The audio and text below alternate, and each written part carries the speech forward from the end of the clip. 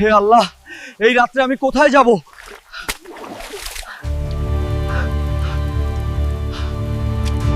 এই অন্ধকার রাতে কেউ কি আছো? আমাকে বাঁচাও। আমি জিন। তুমি কি সাহায্য চাও? তুমি যা চাবে আমি তোমাকে তাই দিব। আমি তোমাকে বিবাহ করতে চাই, তুমি আমার সাথে থাকবে। তুমি যদি আমাকে বিয়ে করতে চাও তবে একটি শর্ত আছে। একটি ছেলে হয়েও জিনের সাথে কিভাবে সহবাস করল? হ্যাঁ, এটা কোনো মিথ্যে বা কাল্পনিক ঘটনা না। একটি ছেলে মেয়ে জিনের সাথে সহবাস করছে, জিনটি গর্ভবতীও হয়েছে। আজকে যে গল্পটি আপনাদেরকে বলবো, কেমন হবে যদি সেটা আপনার সাথে ঘটে? তাই ভিডিওটি শেষ পর্যন্ত ধৈর্য ধরে অবশ্যই দেখবেন, কারণ এটি হবে একটি ব্যতিক্রমী ঘটনা।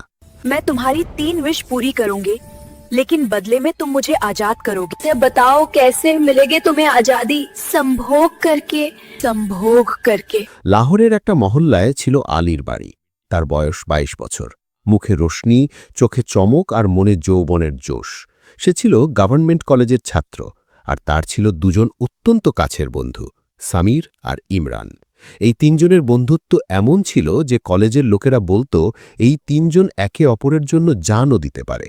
সামির ছিল খুব তেজি, মজা করতে ভালোবাসত এবং তার জিভে সবসময় কোনো না কোনো মজার কথা থাকত।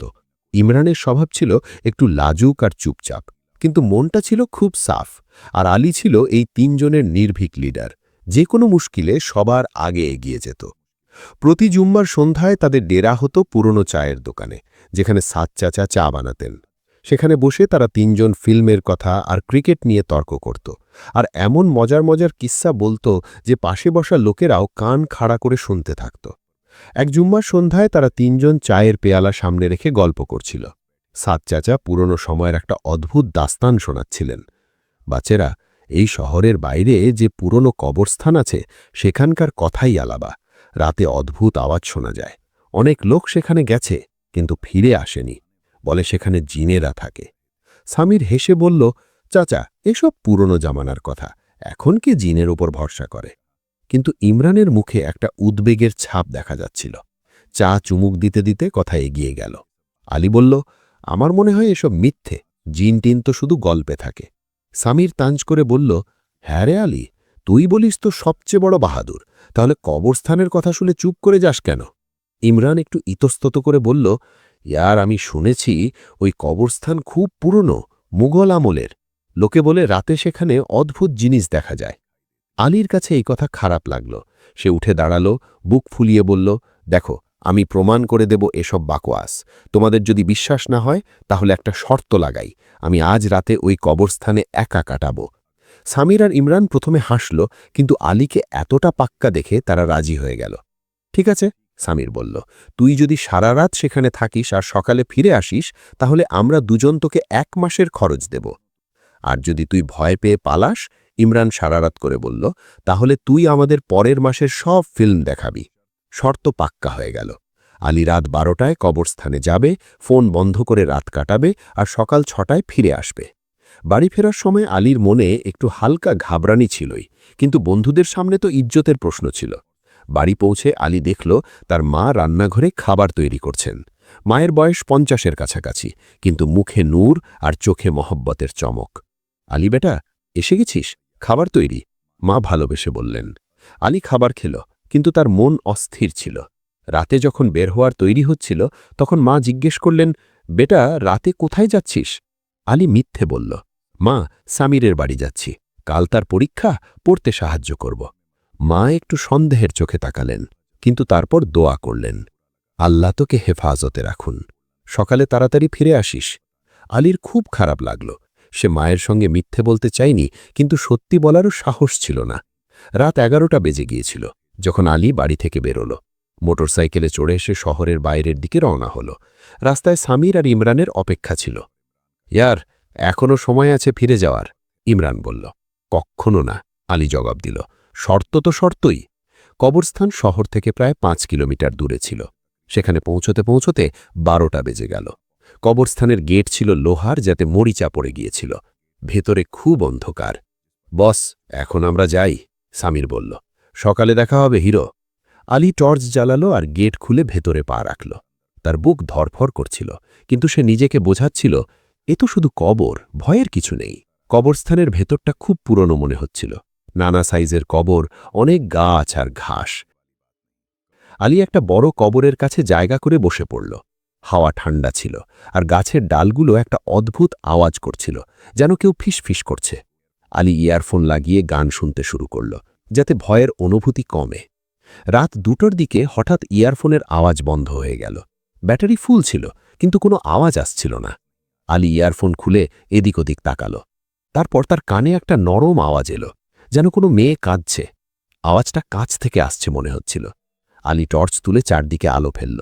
হঠাৎ সামনে একটা ছায়া দেখা গেল। সেটা একটা মেয়ে ছিল, এত সুন্দর যে আলীর নিঃশ্বাস বন্ধ হয়ে গেল। তার মুখে একটা নুরানি আলো ছিল, চোখ দুটো তারার মতো চকচক করছিল। লাল দুপাট্টা হাওয়ায় উড়ছিল আর চুল কাঁধের উপর ছড়িয়েছিল। মেয়েটা তার দিকে এগিয়ে এলো আর নরম গলায় বলল, ভয় পেও না, আমি নূর। তুমি এখানে কেন এসেছ? আলী হোতলাতে হোতলাতে তার শর্তের কথা বলল। আচ্ছা, তাহলে তুমি তোমার বন্ধুদের কাছে প্রমাণ করতে চাও যে তুমি বাহাদুর? জি হ্যাঁ, আলী বলল, যদিও তার গলায় কাঁপুনি ছিল।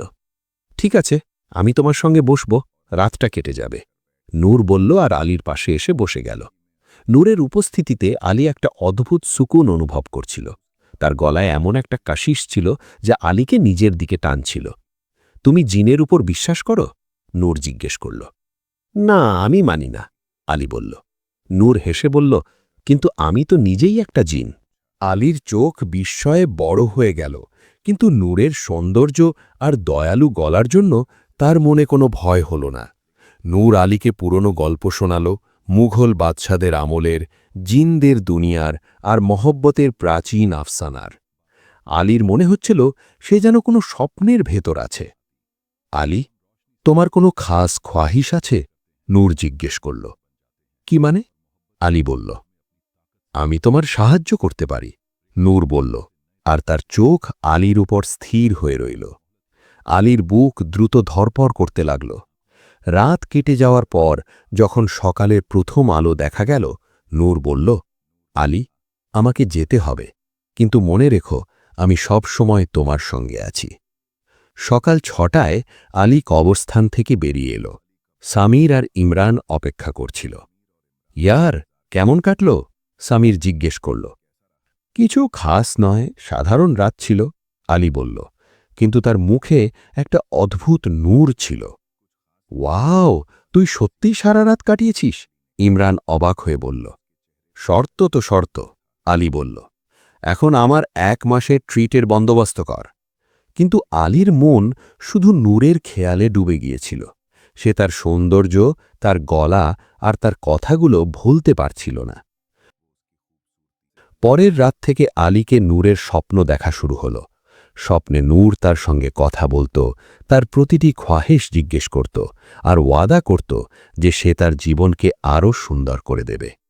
একদিন আলী মনে মনে ভাবল, কাশ কলেজের সানা আমার প্রতি মহব্বত করত।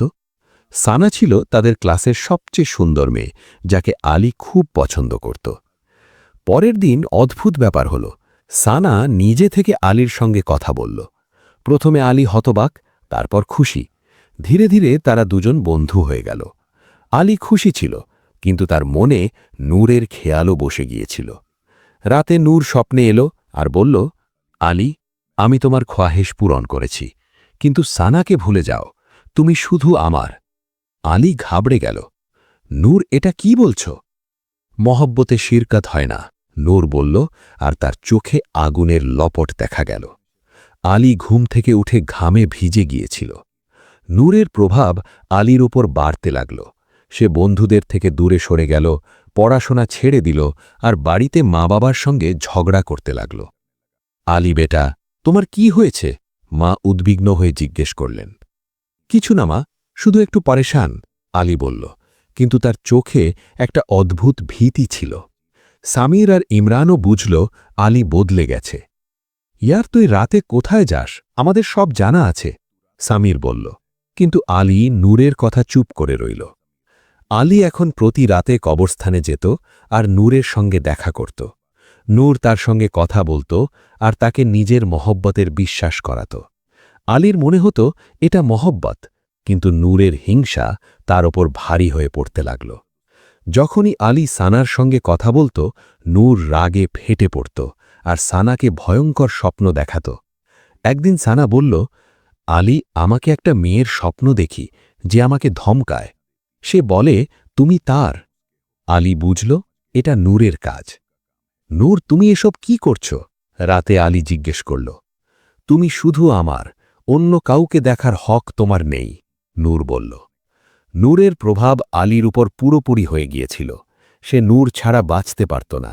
দিনে নূরের খেয়ালে ডুবে থাকত, রাতে কবরস্থানে যেত, কলেজ ছেড়ে দিয়েছিল, বন্ধুরা দূরে সরে গিয়েছিল। সামির আর ইমরান তাকে বোঝানোর চেষ্টা করল, ইয়ার তুই পাগল হয়ে যাচ্ছিস, কিন্তু আলী কিছুই শুনত না। একদিন সামিরের একটা দুর্ঘটনা হল। মোটরসাইকেল থেকে পড়ে তার পা ভেঙে গেল। ইমরানকে রাতে ভয়ঙ্কর স্বপ্ন দেখতে লাগল। আলী বুঝল এটা নূরের হিংসা। এসব বন্ধ করো, সে নূরকে বলল। তুমি শুধু আমার, বন্ধুদের ভুলে যাও, নূর বলল। আলীর জীবন জাহান্নাম হয়ে গেল। সানা তার থেকে দূরত্ব বানিয়ে নিল। বাড়িতে মা বাবা কেঁদে কেঁদে ক্লান্ত হয়ে গেলেন। শেষ পর্যন্ত ইমরান আর সামির তাকে একজন বুজুর্গ আলেম হাফেজ সাহেবের কাছে নিয়ে যাওয়ার সিদ্ধান্ত নিল।